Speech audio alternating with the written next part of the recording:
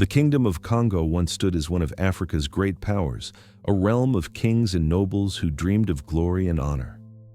In the late 15th century, its rulers embraced a strange new alliance: Portuguese merchants and missionaries who promised wealth, knowledge, and the blessings of Christianity. Churches rose beside palaces, crosses gleamed in royal courts, and for a moment it seemed that faith and diplomacy might bring strength to the kingdom. But beneath the glitter of gold and the glow of faith, a darker story was unfolding. With each baptism, with each treaty signed in holy words, new chains were being forged. Civil wars broke out, and rival claimants to the throne sought power not through loyalty to their people, but by selling them. Subjects, neighbors, even kin, marched to the coast in exchange for muskets and coins. Kings who prayed for divine guidance sent their own people into the belly of slave ships. This is not just the story of a kingdom betrayed from without, but from within. The same faith that promised salvation became the mask for betrayal. The same rulers who spoke of divine justice became merchants of chains. Tonight, we uncover the tragic fall of the Kingdom of Kongo, a story of faith, greed, and betrayal, and the righteous voices who tried to resist before it was too late. The Kingdom of Kongo was not an isolated land waiting for salvation. It was a complex civilization stretching across modern-day Angola, Gabon, and the Congo River Basin. Its capital, Mbanza, Kongo, sat proudly on a hilltop, its streets lined with markets, its courts filled with nobles, and its people bound by traditions older than any European cross. Kongo's kings ruled not as despots, but as guardians of order, guided by councils of elders, regional chiefs, and spiritual leaders who bound the throne to the ancestors. Farmers cultivated cassava, millet, and palm oil. Hunters returned with ivory and skins. Traders carried salt, copper, and iron tools. A sense of balance defined the realm. The throne was powerful, but so too were the voices of those sworn to protect justice. Into this vibrant world came sails on the horizon. In 1483, Portuguese ships anchored off the coast. They came with muskets that spat fire, mirrors that caught the sun, and crucifixes gleaming with holy promise. To Kongo's people, these objects seemed both wondrous and uncanny, symbols of a distant world whose power demanded attention. King Nzinga Nkuwu, later baptized Joam the Fern, welcomed these strangers. He saw opportunity, not danger. If these men carried tools of war and wealth, why not make them allies? If their priests spoke of a God who blessed kings with divine authority, why not embrace that blessing? Diplomacy and faith, after all, had always been weapons of kings. And so, the cross was planted in the heart of Kongo. Missionaries built churches beside palaces. Nobles donned Christian names alongside ancestral titles. The capital was renamed São Salvador, a city where drums of tradition echoed beside the chants of Latin hymns. To foreign eyes, Kongo appeared a kingdom stepping into Europe's embrace. To its rulers, it was a calculated move, a way to strengthen their throne in a dangerous age. But alliances built on dazzled eyes and golden promises rarely endure. Behind every crucifix offered by Portuguese hands was a contract inked in trade. Behind every baptism stood a merchant's ledger. And behind every promise of salvation lurked the shadow of chains. At first, the alliance sparkled with hope. Portuguese priests praised Kongo as a Christian kingdom, proof that civilization could flourish in Africa. Kings paraded in robes embroidered with crosses, courts decorated with sacred images. On the surface, it was a marriage of equals, faith for faith, friendship for friendship. But beneath the surface, fractures widened. Civil wars simmered between royal claimants, each eager to use Portuguese support to seize the throne. Rival factions struck deals with foreign merchants, promising captives in exchange for muskets. What began as diplomacy turned into dependency. The throne no longer rested on ancestral oaths, it rested on European guns. Satire needs no invention here. Imagine a king kneeling before the altar, praying for God's blessing on his people, while outside the church, caravans of chained villagers shuffled past, guarded by soldiers armed with Portuguese weapons. Divine words filled the air, but the sound of chains drowned them out. Faith had become theater, and betrayal its backstage script. The Portuguese, of course, played the part of pious friends, Letters were sent to Lisbon praising the conversion of Africa. Priests baptized crowds, missionaries built schools, and merchants built forts. But their true devotion was not to Christ or Congo, it was to profit, and profit was measured not in prayers but in bodies. Within Congo itself, voices of dissent rose. Some nobles warned that the kingdom's soul was being sold piece by piece. They saw that each musket came with a price, each alliance with a hidden chain. Yet these voices were drowned by the thunder of civil war. Rival kings sought power at any cost. Subjects, neighbors, even kin were bartered for silver and salvation. The throne glittered with gold, but the foundations cracked. The kingdom of Congo, once a beacon of balance and strength, was being hollowed from within. What appeared to outsiders as a Christian empire was, in truth, a kingdom slowly devoured by betrayal. Once the first treaties were signed, the trade of captives was no longer a side effect of war. It became the engine of politics. The machinery of betrayal turned slowly at first, then with brutal efficiency. Portuguese traders did not need to conquer Congo by force. They conquered it with contracts, muskets, and priests. Rival kings vied for their support, each promising captives in exchange for firepower. Civil war ceased to be a contest of ideas or traditions. It became a contest of who could deliver the most human bodies. Congo's throne, once a sacred seat of ancestral legitimacy, turned into a bargaining table. Priests stood by, blessing the treaties. Merchants clapped as columns of chained men, women, and children shuffled past, and kings, draped in gold and crosses, convinced themselves that their betrayal was strategy. Satirical irony abounded. One king declared himself the defender of faith, while secretly selling converts into slavery. Another boasted of protecting the kingdom's borders while depopulating its villages to pay for guns.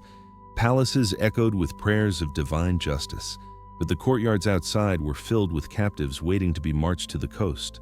The Portuguese played rivalries like a drum. They armed one faction, then the other, ensuring that peace was always out of reach.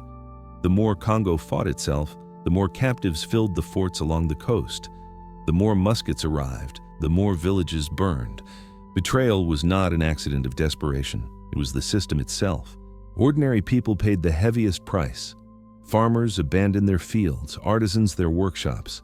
Families were torn apart not only by foreign raiders, but by neighbors and chiefs who saw in betrayal the key to survival. The trust that bound village to throne, brother to brother, was shattered. What use was faith when priests blessed the ships that carried Congo's children away? What use was honor when kings sold their kin for coins? The machinery of betrayal ground relentlessly forward, reducing human dignity into units of profit. And yet, even as the system expanded, whispers of conscience persisted. Some chiefs recoiled, refusing to hand over captives. Some elders warned of ancestral curses, insisting that betrayal would hollow the kingdom from within. But their voices were faint against the roar of commerce and the thunder of civil war. The kingdom was bleeding itself dry, and the Portuguese, smiling behind their crucifixes, collected the harvest. Civil war in Congo was not a single clash but a cycle, a wheel that turned again and again, each revolution grinding the kingdom thinner. Rival claimants to the throne seized Portuguese support like a poisoned chalice. Each side promised captives, each side armed itself with muskets, and each side tore into the flesh of its own people. In the early 16th century, King Afonso I stood as both a reformer and a tragic figure. A devout Christian, he welcomed priests and tried to reshape Congo into a model Christian state.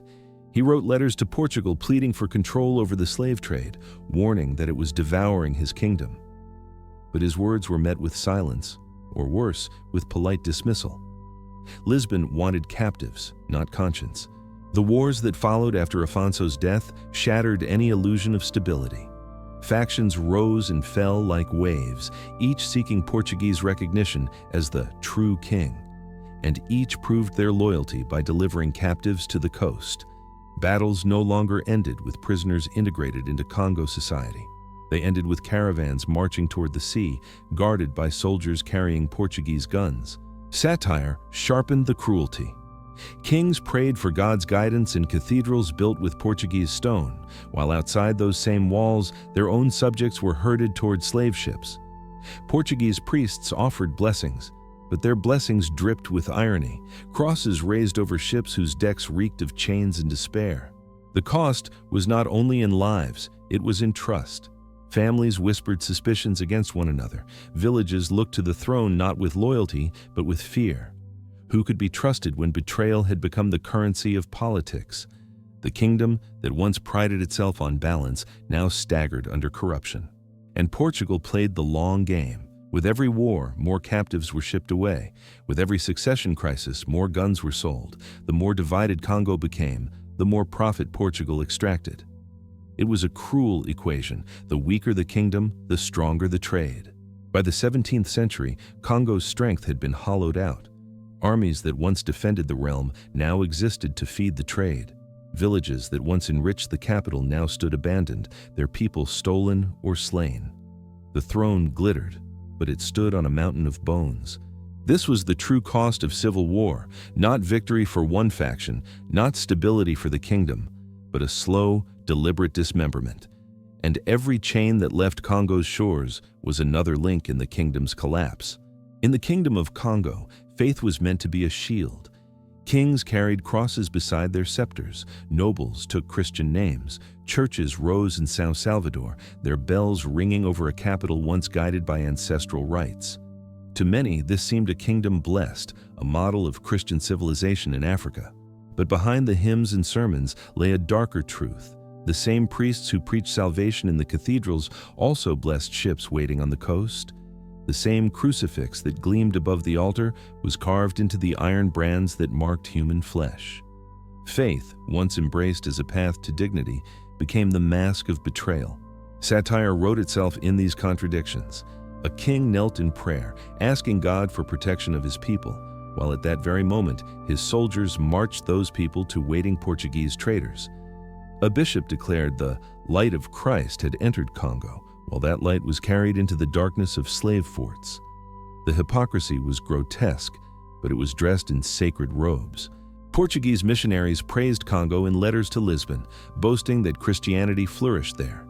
Yet their reports rarely mentioned the human caravans streaming past the churches, nor the ships crammed with baptized souls who would never see Africa again. They called it faith, history calls it chains. And the kings themselves were caught in the trap.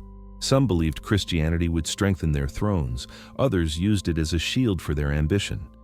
But whether in sincerity or cynicism, their faith was weaponized by the Portuguese. Where one king saw salvation, another saw muskets. Where one saw God, another saw gold.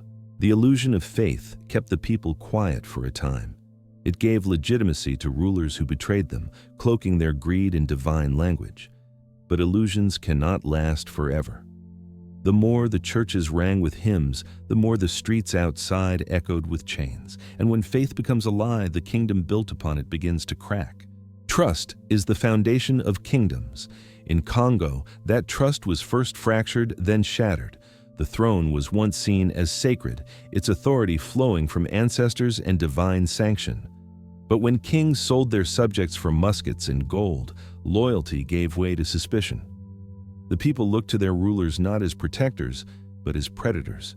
The collapse was not sudden. It unfolded like a slow poisoning. Each civil war left scars that did not heal. Each succession crisis deepened the rot. By the mid-17th century, Congo was bleeding from within, its once proud capital weakened by rival factions clawing for legitimacy through Portuguese support. The breaking point came in 1665 at the Battle of Mbwila. King Antonio I, determined to curb Portuguese influence and reclaim sovereignty, marched his army against colonial forces. It was a moment of desperate pride, a final attempt to prove that Congo still carried strength enough to resist betrayal. But Antonio was slain in battle, his head severed and sent to Luanda as a trophy. The loss shattered what remained of unity. Satirical irony cut deep.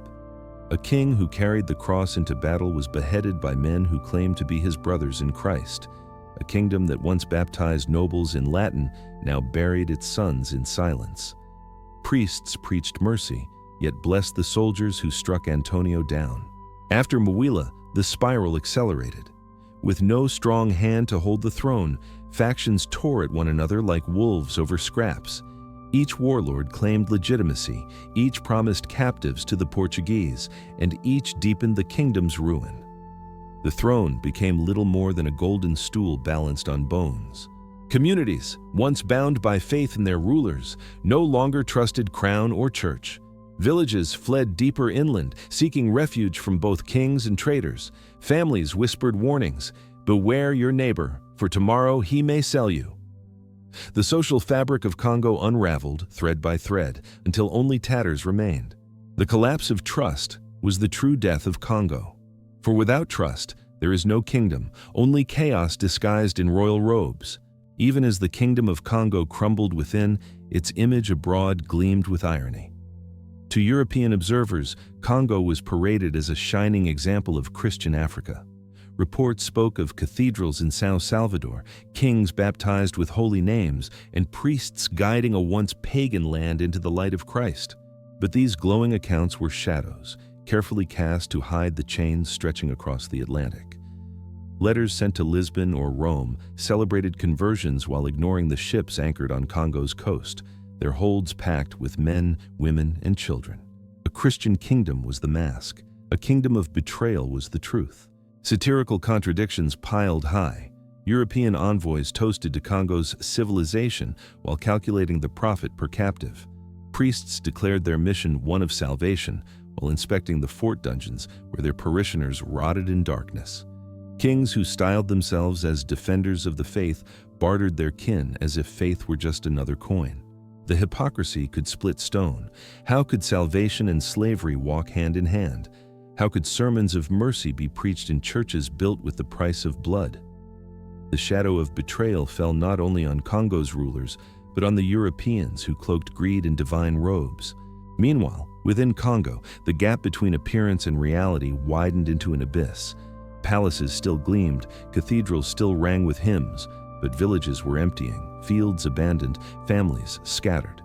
The kingdom that Europe hailed as a partner in faith was hollowed from the inside, its wealth measured in chains. The shadow stretched across the ocean. Every ship that left Congo's shores carried not just captives, but the story of betrayal, of rulers who traded duty for power, of priests who traded truth for profit, of a kingdom that wore a mask of faith while bleeding from within. Even in Congo's darkest hours, not all voices bowed to greed. History, though often written by the victors and the profiteers, preserves faint echoes of resistance, kings, nobles, and ordinary people who refused to accept betrayal as destiny. King Afonso III himself, though remembered as a Christian ally of Portugal, became one of the first to protest. In letters written to Lisbon, he begged the Portuguese crown to restrain its merchants, warning that the slave trade was depopulating the nation. He argued that true friendship could not be built on chains. His words were polite, even diplomatic, but beneath them burned a plea for justice. Portugal ignored him. The merchants heard only profit, not prophecy. Within Congo, some nobles spoke against the trade, insisting that the kingdom's soul was being sold. They warned that each captive marched to the coast was not just a body lost, but a piece of the nation itself. Their protests, though sincere, were drowned out by the thunder of civil war and the lure of muskets. Resistance also came from the ground up. Villages, fearing betrayal, fled deeper inland, abandoning fertile fields for the safety of forests. Some chiefs refused to sell their subjects, choosing exile over profit. Oral traditions carry stories of prophets who condemned betrayal as an abomination, declaring that ancestors would curse those who bartered their kin. Satire sharpens the memory. Kings preached faith while prophets preached truth. The crown claimed to protect while villagers carried justice in their hearts. History may have silenced their names, but it did not silence their defiance. These voices could not stop the tide. They could not dismantle the forts or disarm the ships, yet their refusal carved a moral line in history. They proved that Congo was not only a kingdom of betrayal, but also a land of conscience where dignity fought to survive. By the late 17th century, the once mighty kingdom of Congo was a shell of itself. Its capital, São Salvador, lay in ruins after decades of civil war. Nobles no longer met in council to debate justice. They fought over scraps of legitimacy, each faction propped up by Portuguese merchants who thrived on division. Villages stood half empty. Fields once green with cassava and millet turned to weeds. Families lived in constant fear of raids, of betrayal, of being marched to the coast under the watchful eyes of muskets.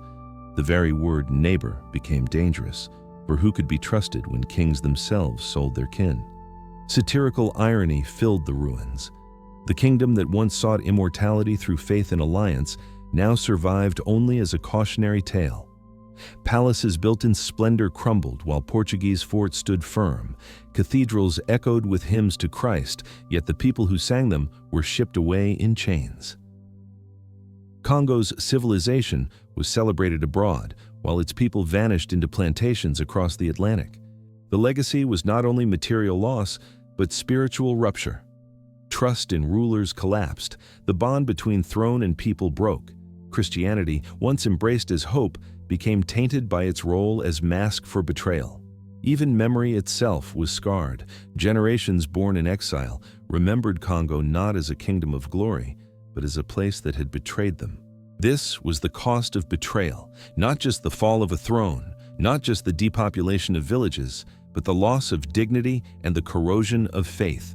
Gold glittered for a season, but the shame has endured for centuries. The fall of the Kingdom of Congo was not just a tragedy of the past, it is a mirror held up to human ambition, faith, and betrayal. It reminds us that power without justice collapses, that faith without truth corrodes, and that kingdoms built on the suffering of their own people cannot endure. History remembers Congo not only for its cathedrals and kings, but for its contradictions. A nation baptized in faith, yet drowned in chains. Rulers who prayed for divine mercy while selling their kin for muskets. Merchants who preached civilization while reducing humanity to cargo. The hypocrisy was not hidden. It was proclaimed in daylight, dressed in gold and robes. And yet, history also preserves the voices of conscience. The letters of Afonso I pleading for justice. The prophets who warned that betrayal would bring ancestral curses. The villagers who fled into forests rather than surrender their children. Even when the tide of betrayal seemed unstoppable, resistance carved its mark in memory. For those scattered across the Atlantic, Congo lived on in song, in stories, in fragments of language carried into exile. They remembered the betrayal, yes, but also the dignity of those who stood firm. To recall them today is to honor justice where justice was denied. The lesson is timeless. Gold still glitters, power still tempts, and betrayal still dresses itself in the language of necessity or progress. But history shows the cost. Congo's ruins warn us that wealth without conscience rots, and crowns without loyalty crumble. Forgotten history is not forgotten justice. By remembering Congo's fall, we choose not only to tell what happened, but to decide which side of history we stand on. Because betrayal fades into ruin, but truth and the courage to uphold it endures.